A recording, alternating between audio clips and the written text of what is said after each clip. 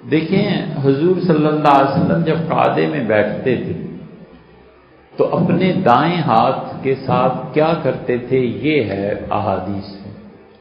کچھ کا خیال یہ ہے کہ رسول اللہ صلی اللہ علیہ وسلم بیٹھتے ہی 2 انگلیوں کو موڑ لیتے تھے، اور یہ جو انگلی درمیان میں ہے اور یہ جو انگوٹھا ہے اس کا دائرہ بنا لیتے تھے اور ایک انگلی کو جھکا لیتے تھے۔ نماز کے آغاز، بیٹھنے کے آغاز سے لے کے سلام تک اسی حالت میں رہتے تھے۔ یہ کچھ محدثین ایسی روایات لائے۔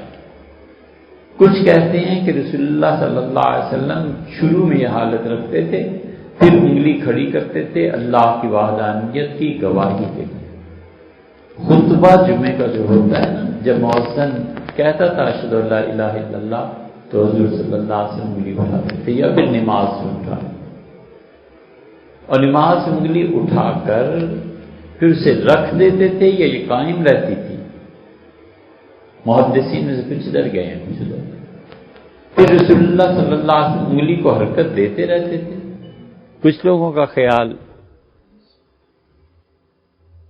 کچھ کا خیال یہ ہے کہ رسول اللہ صلی اللہ علیہ وسلم انگلی کو گھماتے تھے، اور حنفی فقہا کہتے ہیں حرکت سے یہ مراد ہے کہ انگلی پہلے ٹکی ہوئی ہوتی تھی، اسے کھڑا کر دیتے تھے۔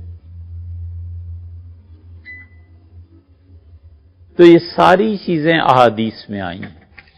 پھر آپ نے یہ کہا کہ تشہد میں انگلی کو گرانا یا جھکانا، یہ بھی تھا۔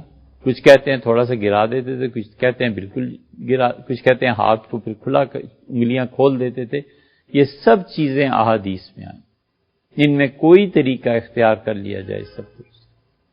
حنفیہ کے ہاں جو بہتر طریقہ ہے، حدیث پہ عمل کے مطابق ابتدا سے انتہا تک یہی چیز رکھی جائے، اور کچھ حنفیوں نے اس کو ترجیح دی ہے کہ وہ کہتے ہیں اشہد ان لا الہ الا اللہ جب پڑھے تو اس وقت 2 انگلیوں کو بند کر لے، اور انگوٹھا اور جو یہ ہے درمیانی انگلی اس کا دائرہ بنا لے، اور لا الہ پہ اٹھائے اور اللہ پہ اسے رکھ دے۔